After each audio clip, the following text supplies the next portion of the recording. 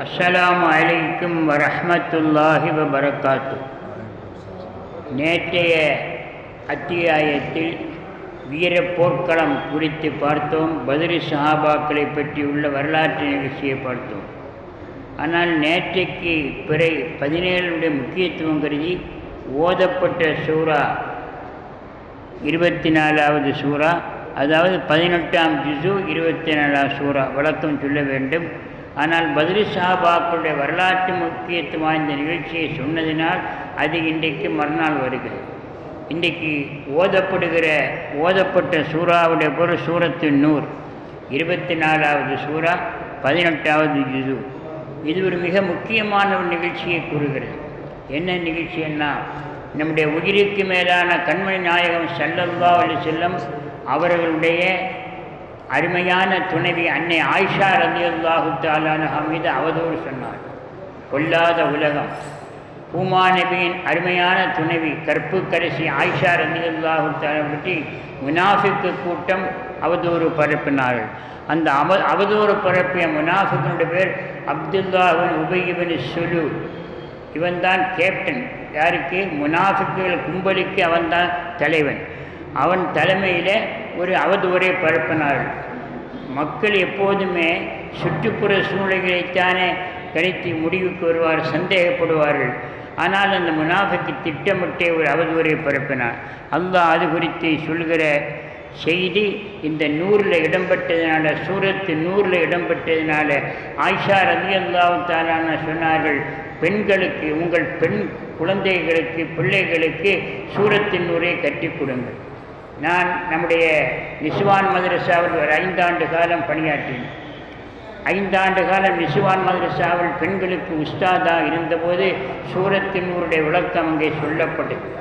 எங்கெல்லாம் தமிழ்நாட்டில் பெண்களுக்கு மதரசாக்கள் இருக்கிறதோ அந்த மதரசாக்களில் அந்த மாணவிகளுக்கு நிச்சயமாக சூரத்தின் நூரை கற்றுக் கொடுக்க வேண்டும்.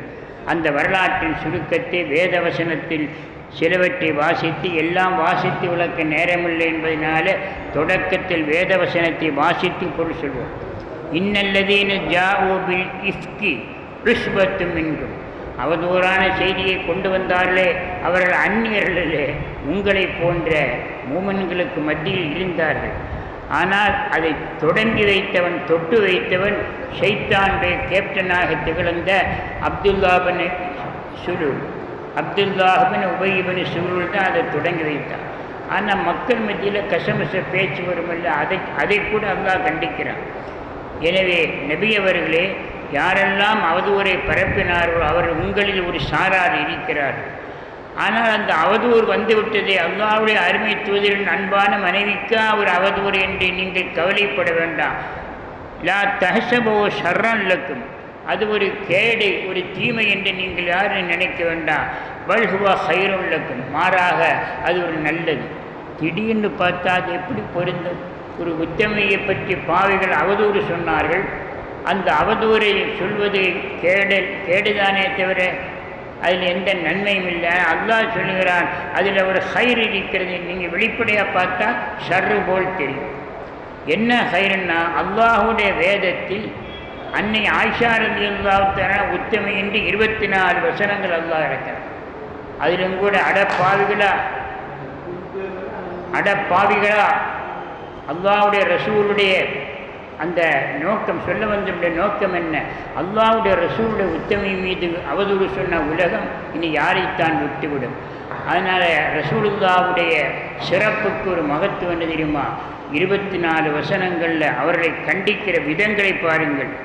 அல்லாஹ் கூறுகிறான், லௌலா இது சமிஅத்துமூஹு லன்னல் முஃமினூன வல் முஃமினாத் பிஅன்ஃபுஸிஹிம் ഖൈറா. இதை கேள்விப்பட்ட மூமினான ஆண்களும் பெண்களும் நல்லதே அல்லவா சொல்லி இருக்க வேண்டும்.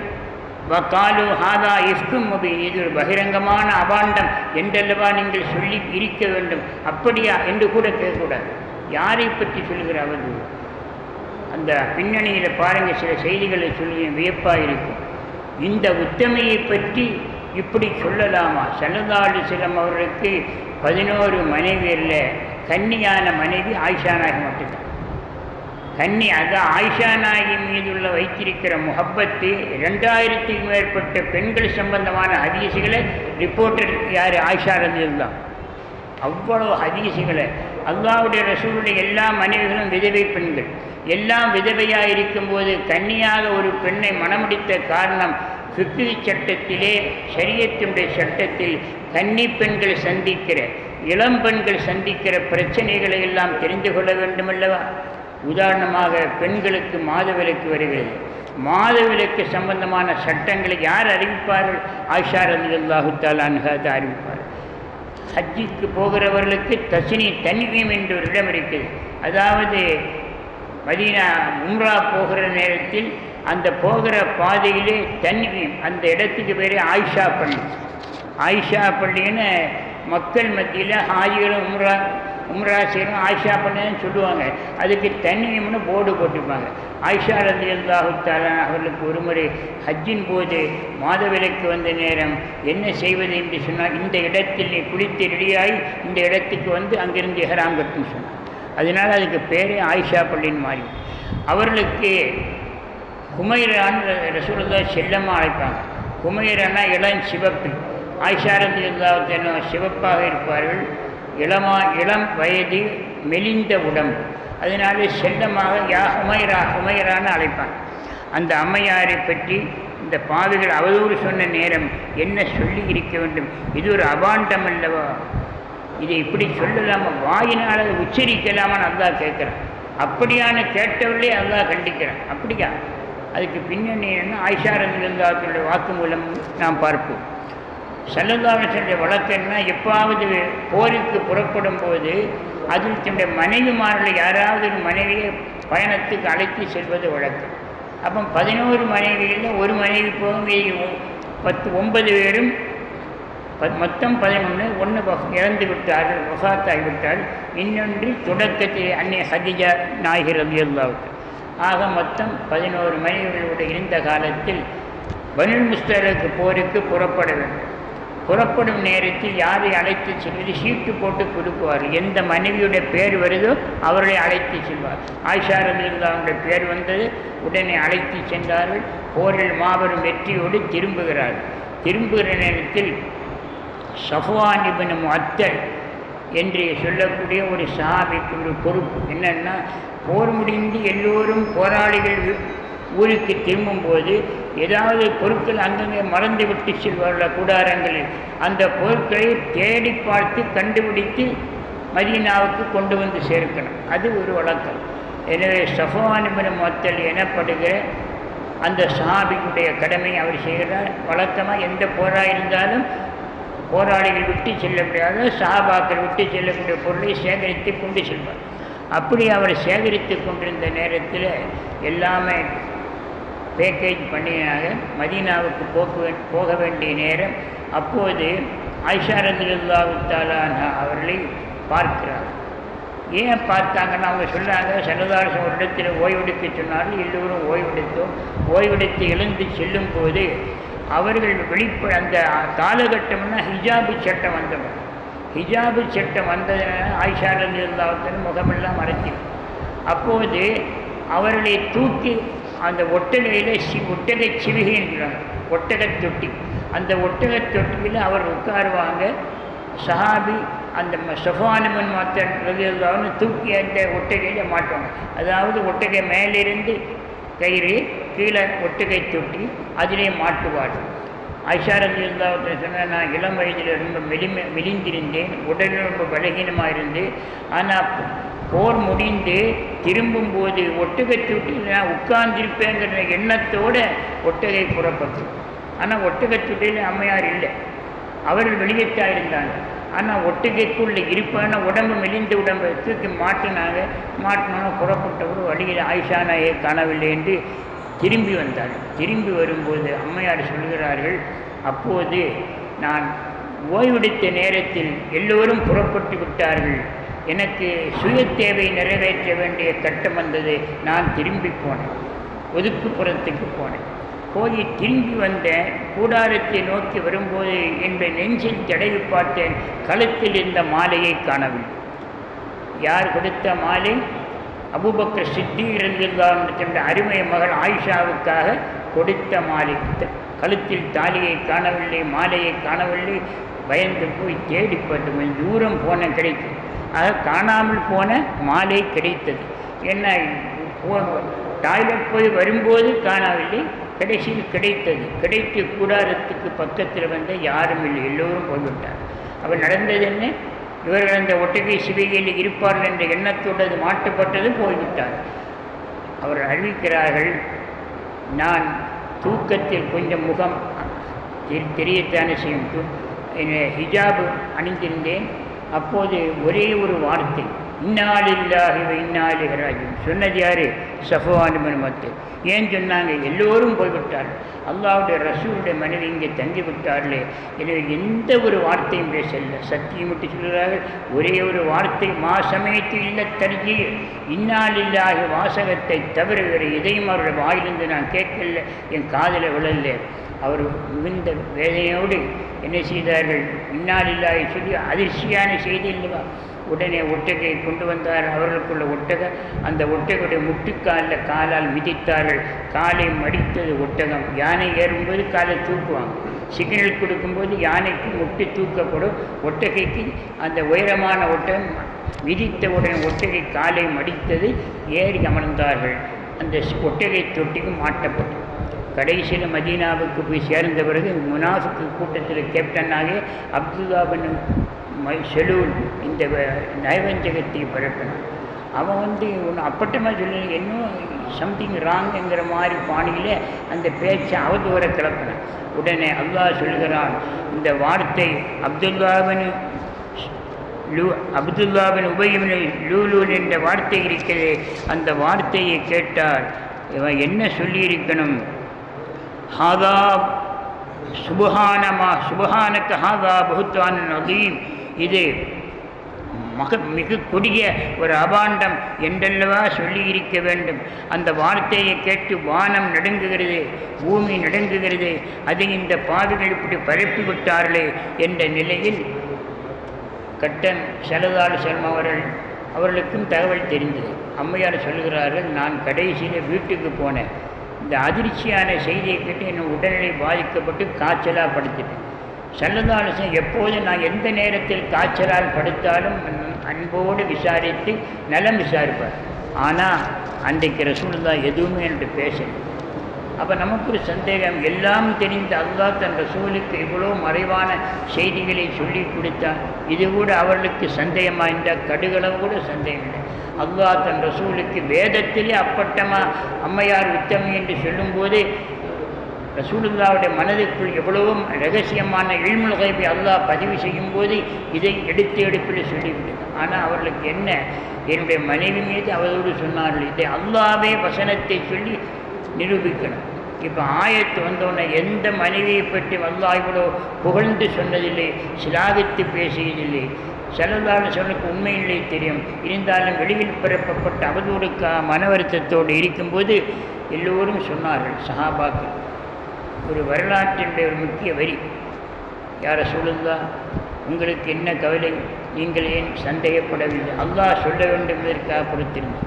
அதில் சொன்னாங்க, ரசூலுல்லாவுக்கு அல்லாஹ் கொடுத்த சிறப்பு நிஜமா, ரசூலுல்லாஹி ஸல்லல்லாஹு அலைஹி வஸல்லம் நடக்கும்போது அந்த நிழல் பூமியில் விழாது, அவருடைய மேனியில் ஈ கொசு உட்காரு. இது மிக அங்கீகரிக்கப்பட்டது. ஸல்லல்லாஹு மேனியை ஈ உட்காராது, கொசு உட்காரு. என்ன காரணம்? ஈக்களும் கொசுக்களும் அசுத்தத்தில் உட்காரக்கூடிய ஜீவன். எனவே உதாரணமாக சாக்கடையில் இருக்கிற அசிங்கமான அசுத்தத்தில் தானே ஈக்கள் இருக்கும், கொசுக்கள் இருக்கும். எனவே யார் ரசூலுல்லாஹ் தங்கள் புனிதமான மேனி அல்லாஹ் எவ்வளவு அந்த மேனியை பாதுகாத்தான். ஈக்கள் கொசுக்கள் கூட உங்கள் மேனியில் உட்காரக்கூடாது தடை போட்டான். அவருடைய தனிச்சிறப்பில் தாஹா நபியின் தனிச்சிறப்புன்னு எல்லாம் அதீத ஆதாரத்தோடு புக்கே வெளிவந்தது. அப்போ ஈக்களும் கொசுக்களும் அசுத்தத்தில் வாழும் ஜீவன் என்ற காரணத்தினாலே உங்கள் மேனியில் உட்காரக்கூடாது அல்லாஹ் தடை போட்ட போது இப்படி ஒரு அசிங்கமான சூழ்நிலை உங்கள் துணை ஏற்படுத்துவானா? ஒரு ஆறுதல். யார ரசூலுல்லாஹ் தாங்கள் நடந்து செல்லும் போது நடக்கிற பாதையிலே நிழல் கூட விடாது. ஏனென்றால் உங்களோடு பக்கத்தில் யார் வந்தாலும் உங்களுடைய நிழலை கூட மிதிக்கக்கூடாது. அவ்வளவு கண்ணியம். அல்லாஹு தாலாவுடைய அல்லாஹ் தன் ரசூலுக்கு கொடுத்த கண்ணியத்தை பார்த்தால் அதே இந்த ஒரு மாதம் பேசினாலும் அதுவே ஒரு தனி டாப்பிக்காகும். அவ்வளவு செய்திகள் நடக்குது. ஏராளமான ஹசாயிஸ் நபி ஸல்லல்லாஹு அலைஹி வஸல்லம் என்ற பேரில் 7 பாகங்களுக்காக வந்துரு பெரிய பெரிய கித்தாபு ஸல்லல்லாஹு தனிச்சிறப்பு. அந்த அடிப்படையிலே மேனியில் நிழல் பூமியில் விழாத காரணம் பக்கத்தில் வருவருடைய பாத செருப்பு அந்த நிழலை தொட்டுவிடக்கூடாது. இப்படியெல்லாம் ஆறுதல் சொன்னவுடன் அல்லாஹு தஆலா இந்த வேதவசனத்தை இறக்கி அல்லாஹ் தன் ரசூலுக்கு ஆறுதல் போகிற அகில உலகத்துக்கும் ஒரு செய்தியை சொல்கிறார். அதைத்தான் முதல்ல நாம் பார்த்தோமே, இது ஒரு தீமை. லா தஹ்சபூ ஷர்ரன் லக்கும், அம்மையார் மீது சொல்லப்பட்ட இந்த அவதூறு உங்களுக்கெல்லாம் ஒரு தீங்கென்று மூமன்களை நினைத்து விடாதீர்கள், வந்துவிட்டது. மாறாது ஹைர். எப்படி ஹைர்? அல்லாஹ் குர்ஆனில் சிலாகித்து பேசிய அந்த ஹைர் இருக்கிறது என்ற செய்தியை இந்த சூரத்து நூர் அறிவிக்கிறது. இதிலே முழுக்க முழுக்க பெண்களுக்கான சட்டம், ஹிஜாபு குறித்துள்ள சட்டம் இதில் இடம்பெற்றுள்ளது. ஹிஜாபை சொல்லும்போது நமக்கு எல்லோருக்கும் இந்த சங்கிகளுடைய பரிவாரங்கள் எப்படியெல்லாம் ஹிஜாபை வலியுறுத்தினார்கள். ஒரு பெண்மணி ஹிஜாபோடு கல்லூரிக்கு போகிறார். உடனே அந்த பெண்ணுக்கு முன்னால் அவர்கள் கோஷமிட்டார்கள், அவருடைய பஜனை கோஷங்கள் ஹிஜாபை எதிர்த்து.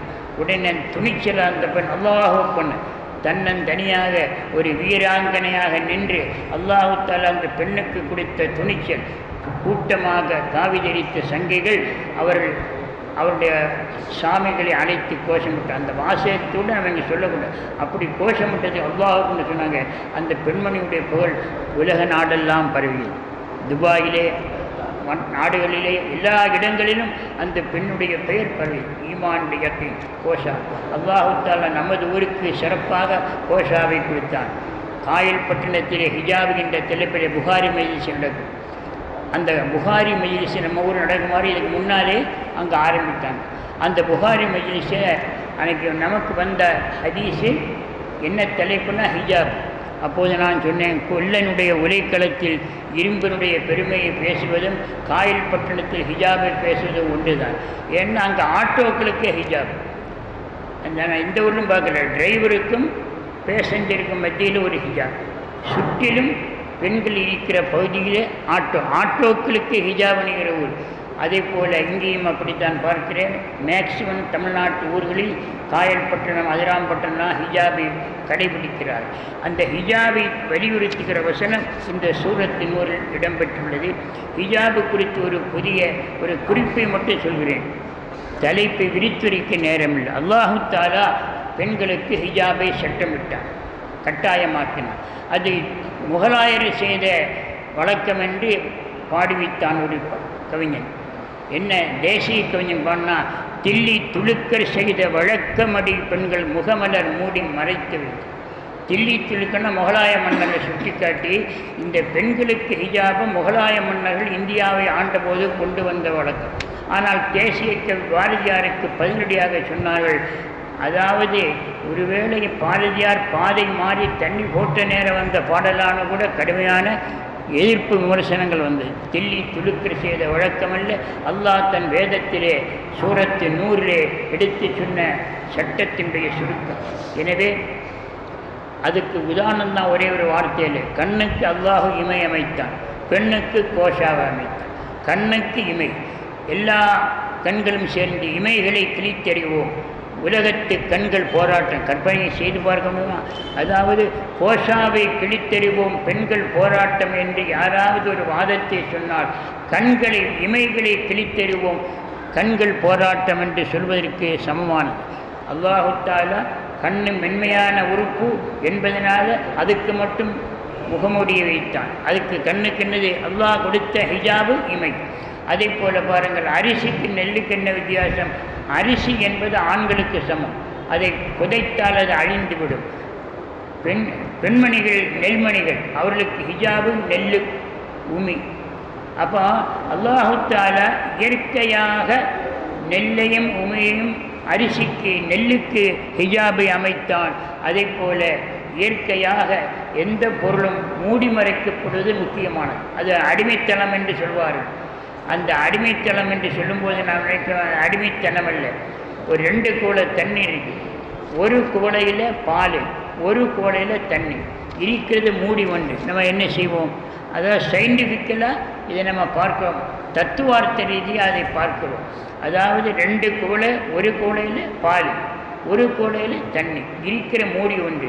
இந்த பச்சை தண்ணியை மூடி வைப்போமா, பாலை மூடி வைப்போமா? விலை உயர்ந்தது, தரமானது பால். எனவே இருக்கிற மூடியை பாலை மூடத்தான் பயன்படுத்துவோம், பச்சை தண்ணீருக்கு அதை பயன்படுத்த மாட்டோம். அதே போல் பெண்கள் ஆண்களை விட மென்மையானவர்கள், மேன்மையானவர்கள் என்பதை உணர்த்துவதற்காகத்தான் ஹிஜாப் என்ற அந்த கட்டுப்பாட்டை, அந்த நிலைப்பாடை அல்லாஹு தஆலா பெண்களுக்கு அமைத்தான். அறிவியல் ரீதியாக திருச்சியிலே ஒரு மாநாடு நடந்தது, இஸ்லாமிய தமிழ் இலக்கிய மாநாடு. அந்த மாநாட்டிலே கவியரங்கத்தில் அறிவியல் குர்ஆன் என்ற தலைப்பிலே கவிக்கு அப்துல் ரஹ்மான் சொன்னபோது ஒரு அருமையான உண்மை சொன்னார்.